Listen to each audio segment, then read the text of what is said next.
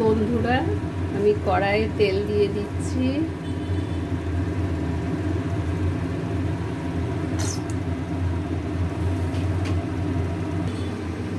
চিংড়ি মাছগুলো দিয়ে দেবো, ভাজবো চিংড়ি মাছগুলো। ওখানে গরম হোক।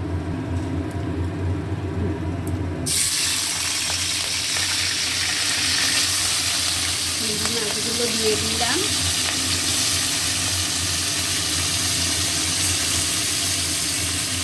এখানে 300 চিংড়ি মাছ আছে। বন্ধুরা চিংড়ি মাছ ভাজা হয়ে গেছে, এবার তুলে নিচ্ছি।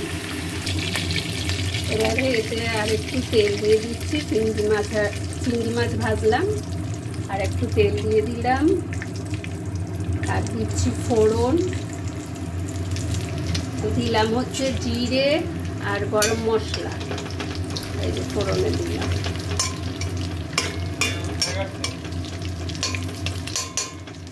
জিরে গরম মশলা দিলাম। এবারে দিচ্ছি পেঁয়াজ।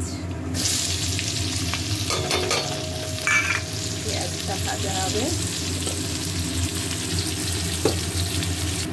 বন্ধুরা চিংড়ি মাছ ভাজা হয়ে গেছে, ওই তেলে ফোড়ন দিলাম আর পেঁয়াজটা ভেজে নিলাম। এবারে দিচ্ছি, এতে আছে আদা, জিরে, ধনে, লঙ্কা গুঁড়ো, হলুদ, নুন আর সামান্য একটু রসুন বাটা। এবারে এটাকে কষবো।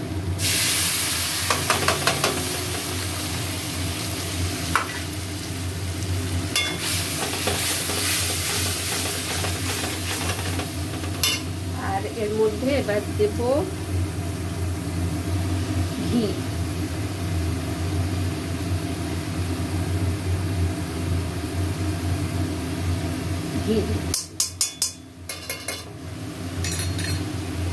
ভালো করে কষা।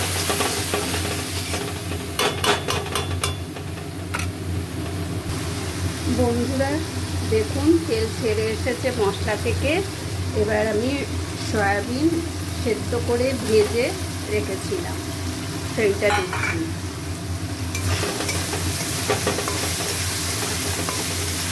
এটাও ভালো করে এবার কষিয়ে নেব।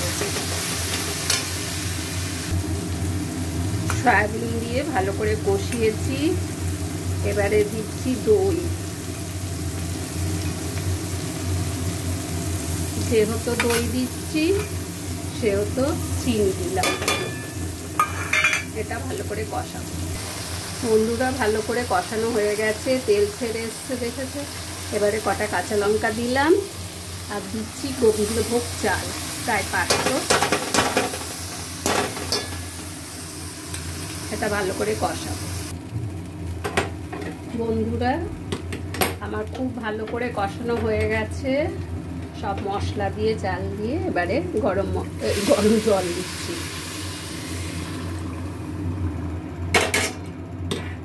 গরম জল দিলাম, আর একটু হচ্ছে গোলাপ জল দিলাম, ও কমানো আছে।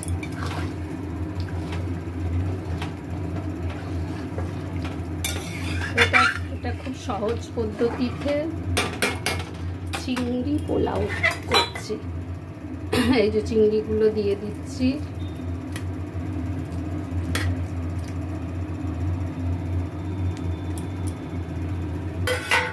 এবার এটা ঢেকে রাখবো। বন্ধুরা আমার চিংড়ি পোলাও হয়ে গেল। এই সয়াবিনটা দিয়েছি পেশেন্টের জন্য, চিংড়ি মাছ খায় না, পোলাও খাবে। রাখছি বন্ধুরা।